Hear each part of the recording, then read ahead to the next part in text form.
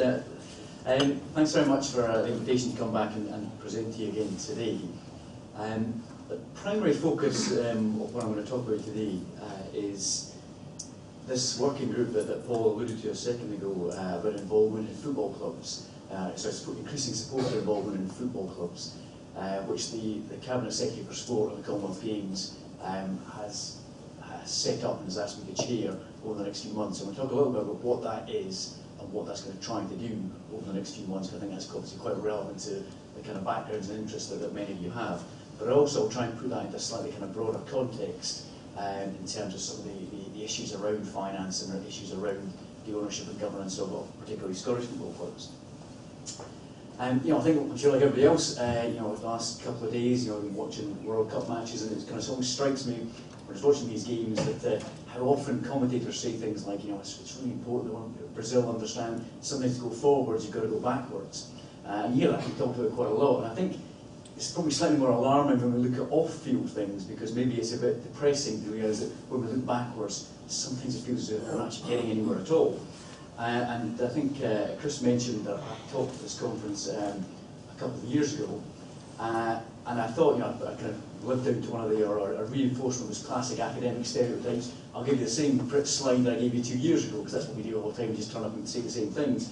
But it's quite interesting. This was a slide I put up. That presentation was about looking for a new model for Scottish football. It wasn't just about clubs, it was looking at other issues as well. But I looked back at the slide that I put up about clubs, and it's quite striking that it's the same things. That the same topics are there. I put up this point here about limited liability models of limited liability by share capital. It's not always the answer for football.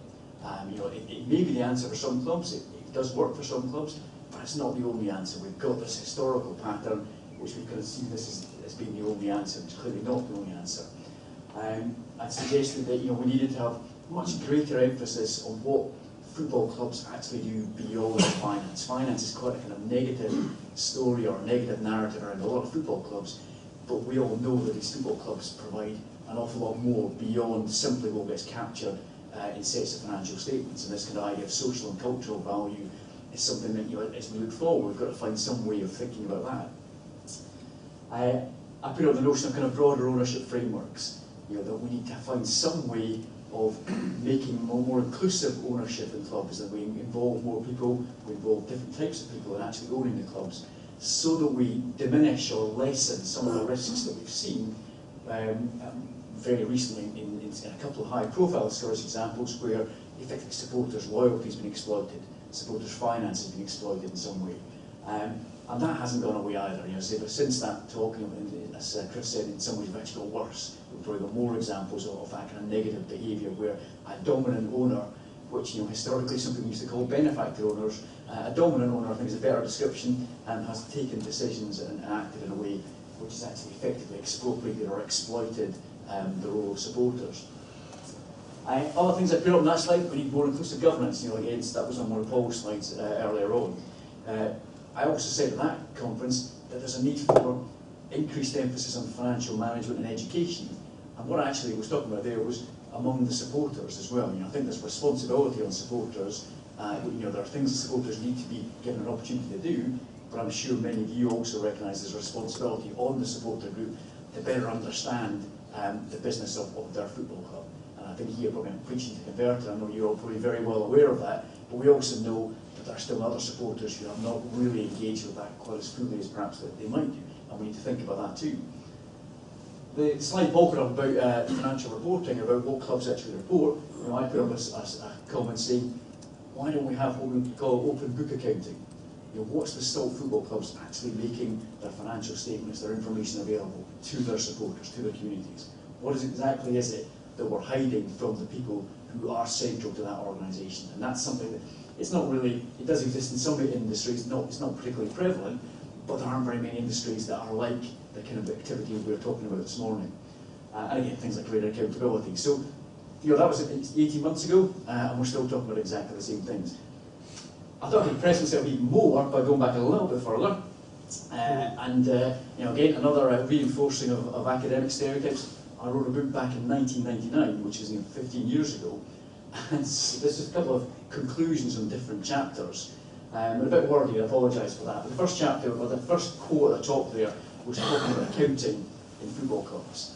And what it said was, believe it or not, at that point, things were actually a lot better than they used to be. So if you went back, more than 15 years ago, there was really kind of ropey financial information provided, financial reporting information. Things had got a bit better, but I think the final sentence of that first bullet point, clubs also need to recognise that groups other than shareholders have got a legitimate interest in their financial affairs and to structure their votes accordingly. In other words, there's an obligation on those organisations to actually tell people who are central to those clubs what's going on. And it's a legitimate right that supporters and others have got in the financial affairs, and that clubs should be thinking about that. The second bullet point was about accountability, or a chapter about accountability. Well, I should say this wasn't about, it wasn't specifically about Scottish football, it was about British football. It was about looking at football across the UK. And again, what's striking is that the same things are just as relevant now as they were 15 years ago. The biggest challenge to facing today's football clubs is how to address issues of governance and accountability. And I think it's probably still the biggest challenge. This idea of an awareness of the legitimate interests of different stakeholder groups. And the idea of being central to this is improved communication between stakeholders. The slightly depressing thing is that that's just as relevant now as it was 15 years ago. And I think you could take that as you're thinking about why are we bothering, but I think we've got to bother because there are, of course, plenty of signs of progress as well, but it also demonstrates the kind of the challenge that faces those who are interested in the business of football clubs and a kind of broader stakeholder base that is central to football clubs. Moving on a little bit, going back to kind of where we are at this point in time, again, I think this is just really kind of make sure we kind of put into context where Scottish football is at the present time. And again, a lot of this, you know this only too well. What we have, we talk about clubs, and in a sense the word club has often become kind of part of the problem, because we all got a kind of common sense understanding of what a football club actually is. But we also know that quite often we've created organisational or corporate vehicles which are actually quite distinct from what we might define as being a club. And that's created particular problems for a number of clubs, companies, in the last few years, where it's not been clear what we've been talking about. The club itself is something we've got a common understanding of, but we know that if you go back to the early 1900s, the majority, not all, but the majority of Scottish football clubs adopted limited liability by share status. So they became companies for perfectly valid reasons and perfectly legitimate reasons at the time to protect the owners of those clubs from, I suppose, financial risk or financial charges coming against them. But it's kind of an accident of history. We've been kind of left with that, and it's not really the kind of model that works for all those organisations. That we've been kind of stuck with that model, and we've been very kind of slow really to do very much about it. And in fact, if you have to come forward to the relatively recent past, which kind of Paul alluded to with some of the examples earlier on, where we've begun to see some kind of innovation or some kind of change in this area. We now begin to see football clubs in Scotland and elsewhere looking at things like community interest companies or industrial provident societies, but those are fairly recent. So we've still got most clubs who are stuck in this old model, which is something, as I say, which is in a sense an accident of history. So we've got this model. We've also got, I think if we look at the clubs across Scotland as a whole, we know that we've got very different kinds or different levels and degrees of accountability offered by clubs to their supporters and to the wider community. It's a pretty broad spectrum there. There are some who are much better than others, but there are some very notable clubs that are very weak in terms of their accountability and have got real problems in terms of that. We also know we've got a kind of broad spectrum of how we involve supporters in governance and management. It's not one size fits all. There are different examples and different levels of involvement of supporters and how a club is managed, how it's run, and how it's disciplined. And we also know that there are completely different definitions or degrees of financial success among the clubs that we're interested in here and that represent Scottish football. That it clearly cannot be a one size fits all for all these things because they're markedly different kinds of organisations. But there is that context within which we've got to think about how do we deal with some of those broader issues that we were talking about earlier on about financial communication and about transparency and about governance. We've got to find some way in which those can be captured, notwithstanding this kind of context that we're currently in. In terms of the working group itself, how I think we got to the situation of now having a working group, or an expert working group as its title, looking at increasing supporter involvement in football clubs. There are probably a number of steps that have led us to that point. Perhaps the most obvious thing is that, as again we know, we've had a number of very high-profile football club failures. We know that those have dominated the headlines across the Scottish media, the Scottish press, in the last few years. And it's interesting because that dominance, or that dominance in the kind of media narrative and in the newspapers, is not a function of the size of those organisations as businesses, because even the bigger clubs, the clubs the size of Rangers and Hearts, are actually very small businesses. Their significance is, of course, because they've got social and community significance, and that's why they're all over the newspapers. So, regrettably, companies do go out of business all the time, and we don't hear anything about them. We're hearing about these because of the very fact that they are social organisations, they are institutions that are much more significant than simply the numbers that appear on the balance sheet or the profit and loss account. So we've had those failures. We've also seen very explicit examples of, again, what we all understand, supporters supporting their clubs. But that support is not just about what happens when supporters are sitting in the seats or at the ground. It's also about the ways in which supporters of, let's say, a club like Hearts have rallied round in order to try to ensure the survival of their football club. And they've done that, of course, in different ways. We've come through now to a situation where we've got a very organised route towards a different kind of ownership structure. But we also saw in the very early days, when the kind of classic way of people putting money into boxes and money into collection tins in order to ensure that they could survive the next week. So that kind of supporting thing is very, very dominant and very kind of easy for people to pick up on. We see it happening when those clubs are in difficulty. When you've got a club of the size of Hearts, or previously at Rangers, then clearly that's going to be all over the newspapers because these are big institutions. I think we've also got another bit of important kind of context in that too. We've got supporters' direct involvement. We've got, in the context, I suppose, of, let's say, the Hearts example and other Scottish football clubs, we know there's been a very kind of direct engagement by Supporters Direct Scotland in trying to find solutions, or to try and broker solutions, to try and look at ways in which we can get out of the situation that clubs have put themselves in or found themselves in, depending on which club we're talking about. And of course that, the Supporters Direct Scotland part is a kind of very explicit local activity going on here. And again, we also know there's a broader SD context which goes back to the early 2000s when Supporters Direct was set up with a view to try and increase the involvement or increase the potential for supporters to get involved in ownership and governance of their football clubs.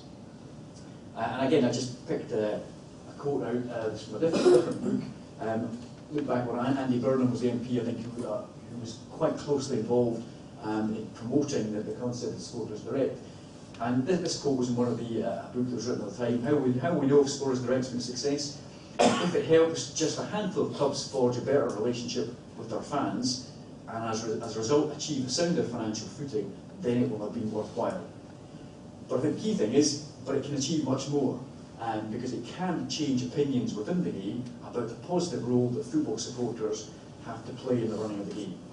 And the turning point will come if we actually sell more season tickets. There's nothing wrong with that. I think the middle sentence for me is the key bit. It changes opinions about what supporters can do in running the game. And that's kind of central, I think, what we're talking about, what many of us are interested in, and what the working group is going to try to look at, is how can we ensure that there are mechanisms to enhance supporter involvement in football clubs, in their financing, in their management, and in their governance. It's a positive agenda to try and recognise the talents and the capital that's available among the supporter community, and to look at some of the kind of barriers that surround that. More kind of, I suppose, explicitly, in terms of where this the working group came from, some of you will know this already, is that there is a bill called the Community Empowerment and Renewable Bill, which is currently making its way through the Scottish Parliament. And back in January 2014, the Scottish Green Party, an MSP of the Scottish Green Party, submitted a response to that bill, which was entitled Putting the Fans in Control. And what it aimed to do was give supporters the right to own their clubs. So there was a Green Party kind of proposal that supporters should be given a legal right to buy their clubs, and the suggestion from the Green Party was it should be wrapped up in this community empowerment and renewable bill. Now, in considering the issues raised by that Green Party proposal around fan ownership and involvement, and the Scottish ministers consulted with different stakeholders in football, and the National Football Authorities also Supporters Direct Scotland, before then going back to the Green Party, the outcome of which was the suggestion this wasn't the right vehicle in order to achieve what the Green Party were trying to achieve for football, but a recognition nevertheless that it did raise issues about supporters' involvement, and it did raise issues about how to increase supporter involvement in football clubs. That was then followed up by, I suppose, two things kind of simultaneously happening. There was a Scottish Parliament debate, which again I'm sure some of you saw or reported or looked back at the transcripts of, about fan ownership of football clubs, which was interesting, I suppose, from the point of view particularly that across the different political parties who are represented in the Scottish Parliament, there was broad support saying we need to look at this issue again about how we get supporters more involved with football clubs. At the same time, in response to that debate in Parliament, the Cabinet Secretary for Sport, Commonwealth Games, and a number of other things in our title I never quite remember, but the Sport and Commonwealth Games was probably a bit more interesting to us anyway, in this context. She suggested that the way to deal with these issues was to set up a working group, an expert working group, which would look at supporter involvement in football clubs. That's what has happened so far. So that group has now been set up, which is being asked to look at and to make recommendations around how best to improve supporter involvement in football clubs. I'll come back to that again in a second, but I'll give you a little more detail on that. I think there's also a kind of wider context, one final wider context part on this, which I think is also quite important, is that we do, again, as people are probably fairly well aware, we are in a different kind of situation at the moment in the way in which the business bit of football is being looked at than we were even 18 months ago, in the sense of things like a greater interest or emphasis on football financial regulation. So the most high profile part of that is UEFA's FFP regulations, which obviously are focusing on a particular end of football, but nonetheless have raised the whole question about how we regulate this activity, or the economic bit of the activity that we're here with. And I thought it might be just quite interesting. I've just finished a little bit more recent work. It was all rather dated, but more recent work looking at FFP, which is a project just finished earlier this year, which is funded by one of the accounting bodies in Scotland.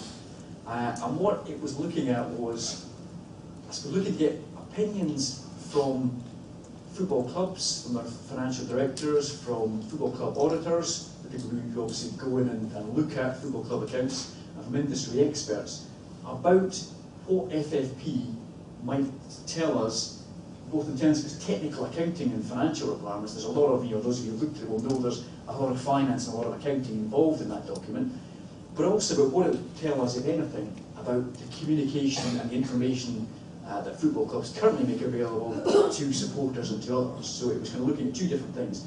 How useful is the information clubs currently provide, and what, if anything, is FFP, which is creating different kinds of financial measures. What, if anything, does that tell us about the communication issue? And I'll just take you a couple of things I think are most relevant in terms of what we're talking about today. And this was just looking at the clubs who I was talking to were those clubs most likely to be affected by UEFA FFP, so it was the bigger clubs in Scotland and England. But what was quite striking was, one of the questions they were asked was how useful are these financial statements that clubs produce? And I paraphrase a little bit, but in essence, most people accepted they really weren't very useful at all. There were inadequacies in the way in which the information was presented.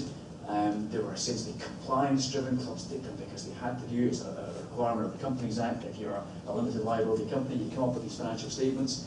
But there was a widespread recognition that they don't really offer very much in terms of decision-making or accountability. And that's, if you look at won't bore you, but if you look at what accounting is supposed to be about, it's supposed to be about helping people to make decisions, whether they either buy shares in a club or whether they lend money to a club, or giving some sense of accountability, some account, not just a financial account, but about what's going on in that organisation.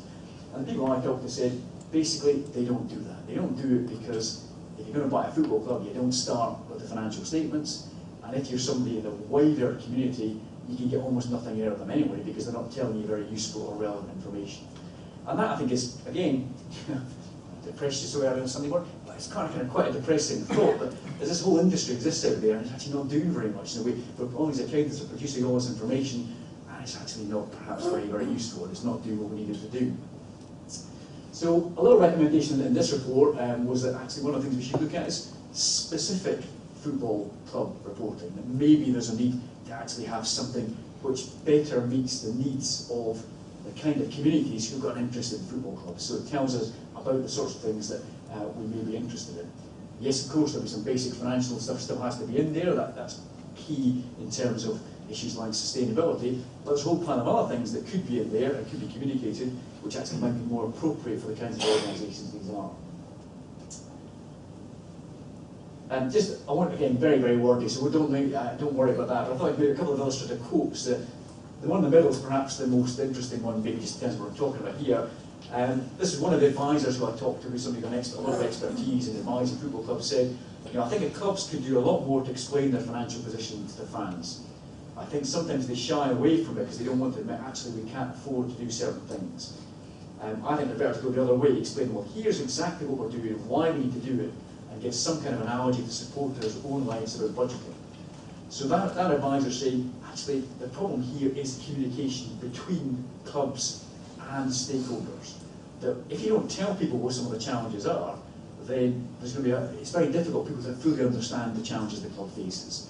So there's an issue there with this one. I think the one at the bottom is interesting too. What another advisor saying, you've got to be a genius to try and understand it anyway. You see assets and liabilities, but it doesn't really tell you the story. It doesn't tell you, for example, whether next year's season tickets have already been sold and discounted to a financier. So it tells you something, but it doesn't really tell you the full picture. And I think there's something there for the kind of broader accounting, financial reporting community to think about how value is provided within this kind of organisation, within this kind of industry. So just kind of finish off, the working group remit, and that's the remit up there for what this working group's been asked to do.